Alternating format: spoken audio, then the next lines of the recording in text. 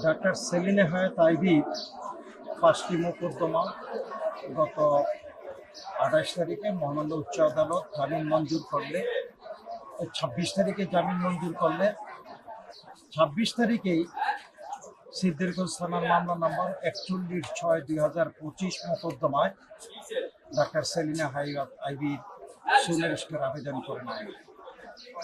সুনির্দিষ্টের আজকে শুনানি হচ্ছে বিজ্ঞ জুডিশিয়াল ম্যাজিস্ট্রেট সেলিনা আক্তার আদালতে। দীর্ঘ শুনানি অন্তে আমরা বলছি ২০২৪ সালের ৭ই জুলাইয়ের ঘটনা। মোট ১০টি মোকদ্দমায় সেলিনা হায়াৎ আইভীকে গ্রেপ্তার করেছে এবং এই মোকদ্দমাগুলির এক একটার সাথে আরেকটার সময় ডিফারেন্স হচ্ছে ১ ঘন্টা ২ ঘন্টা এরকম।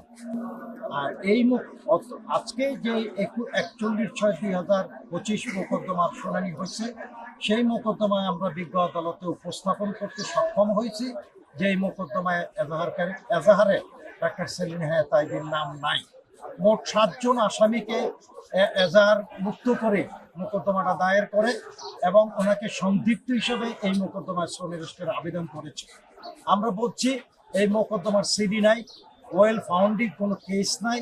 এই মোকদ্দমায় তদন্তকারী কর্মকর্তা ২৪ ঘন্টা তদন্ত করে তার বিরুদ্ধে কি বিষয় আছে, কেন তাকে এই মোকদ্দমায় এই গ্রেপ্তার দেখাবে, সেই বিষয়টা বিজ্ঞ আদালতের দৃষ্টি আকর্ষণ উপস্থাপন করেছি। এবং 167-এ যে কথাটা বলা আছে, এই মোকদ্দমাটা তাকে সুনির্দিষ্ট দেখাইতে হইলে সিডি লাগবে, পার্ট সিডি লাগবে, ওয়েল ফাউন্ডিং কেস লাগবে, ২৪ ঘন্টার মধ্যে তদন্ত লাগবে। সব বিষয় আমরা বিজ্ঞ আদালতে আমরা এবং আমাদের বন্ধুরা সবাই উপস্থাপন করেছি।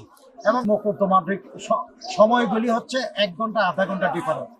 একই আসামি ফতুল্লাহ হত্যা করলো, একই আসামি আদমদিতে হত্যা করলো, একই সময়ে সে ডাচ বাংলা ব্যাংক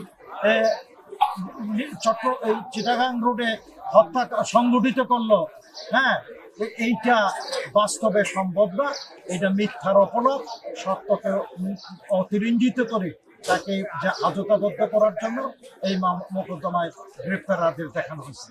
এবং দিয়েছি 10টা হিস্ট্রি দিয়েছি, 10টা মোকদ্দমার সমস্ত পেপার সাবমিট করেছি।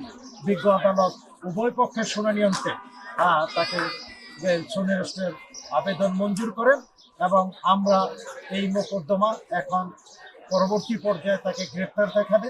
গ্রেপ্তার দেখানোর পরে আইনানুগভাবে আমাদের পরবর্তী যে স্টেপগুলি, সেই স্টেপগুলি নেব এবং